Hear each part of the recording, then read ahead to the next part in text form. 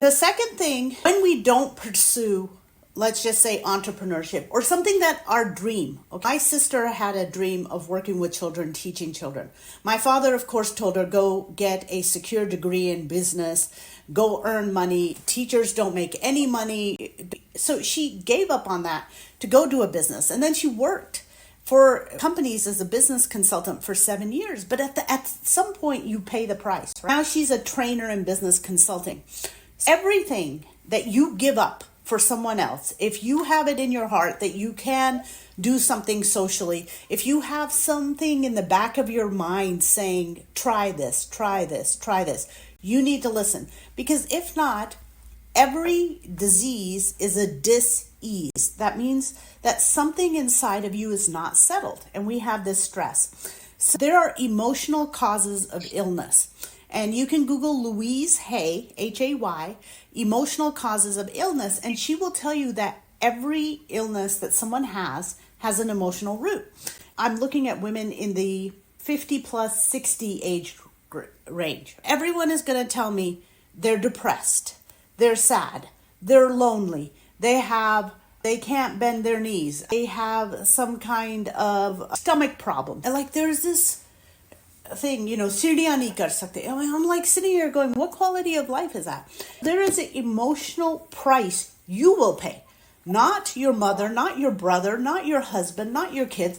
There's an emotional price you will pay because it's your body that had the dream. It's your mind and you went against it. It's going to come out on you. Why are there so many women with these diseases later in life? And it's because you've suppressed what's important to you. For example, the knees represent flexibility. You will see that people that have knee problems are not flexible. The back represents support. You will notice that people that have back problems either did not support themselves or were not supported.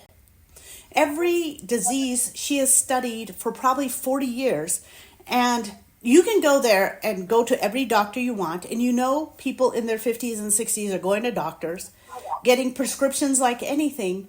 But if you're not happy and you spent a life sacrificing for everybody else, including your children, then you are going to pay the price later. No one else is paying the price for you. And have you all seen this, that older women tend to be sicker? Take care of yourself. I have 4 children. I think the best gift I can give my children is a healthy mom. I think the best gift that I can give my children. Rina, I think this is very important. And I hear, especially reach 40, and then you start hearing from them, I have consumed myself with the kids.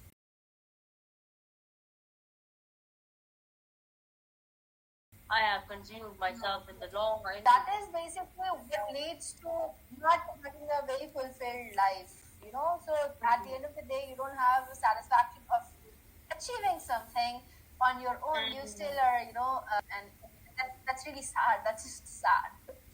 It is sad, and your body is going to pay the price. I'm looking at right now Kate Middleton, which if you're not familiar with Kate Middleton, she's up to be the Queen of England, and she has cancer. In her 30s. Cancer is a death wish. Well, she married a prince. Like, what do you not have? And cancer is a death wish, and she's miserable. So you can sit there and, chemo kariya, radiation kariya.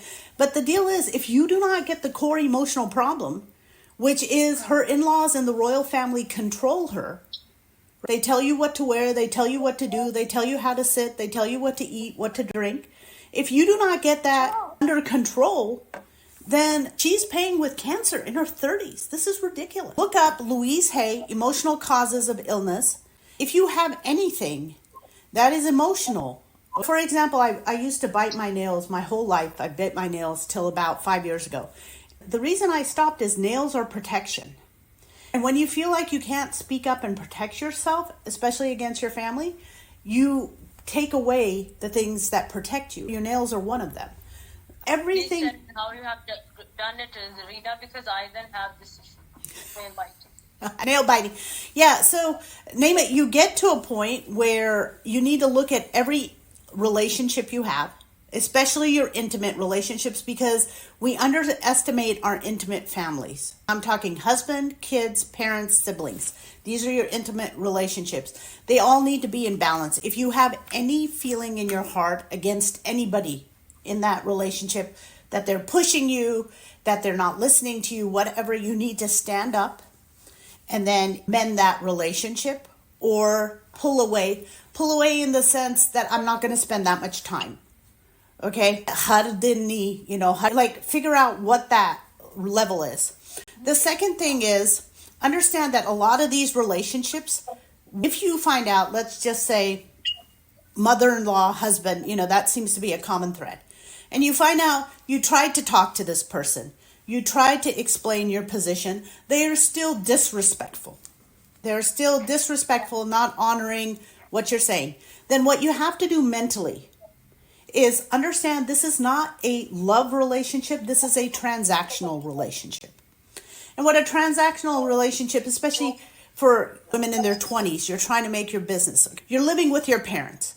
Your father doesn't like what you're doing. Your mother doesn't like what you're doing. A transactional relationship is, yes, I live here. They give me food. They give me housing. They give me a bedroom. And in return, I listen to this opinion that they have. But this is not a love relationship, because a love relationship would not make you give up something you want.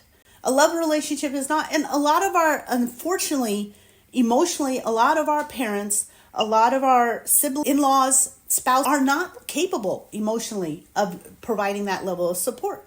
It's a transaction, and a transaction means I go to the fruit guy, I give him 1,000 rupees, I get some fruit.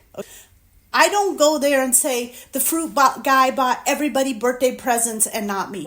I don't go there and say the fruit guy, invited everyone to their Eid party and I didn't get an invitation. You don't get emotionally involved in a transactional relationship. I gave you the money, I get the fruit. So here, my father is paying for the roof over my head and my school tuition and the food on the table. That's what I'm getting. I'm not looking for something else out of that relationship. Does that help? Yeah. And sometimes you just have to understand that's all your father is emotionally capable of. He cannot say you're beautiful. He cannot say you're strong. If you think of it like that, I think all relationships are transactional.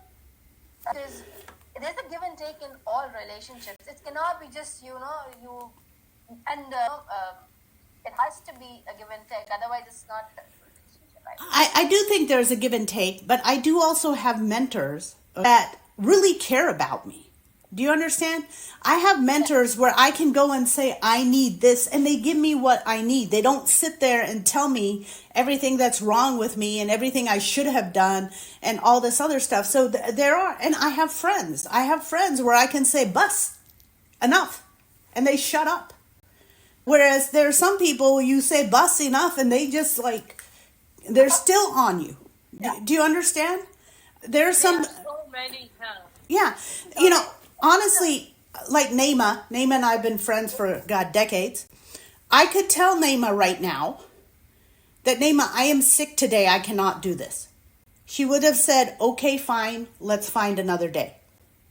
I could have said, Naima, I don't want to do this. She would have said, okay, fine. She would not have said, what do you mean? My students need you. It would have been like, okay, you said no. No means no.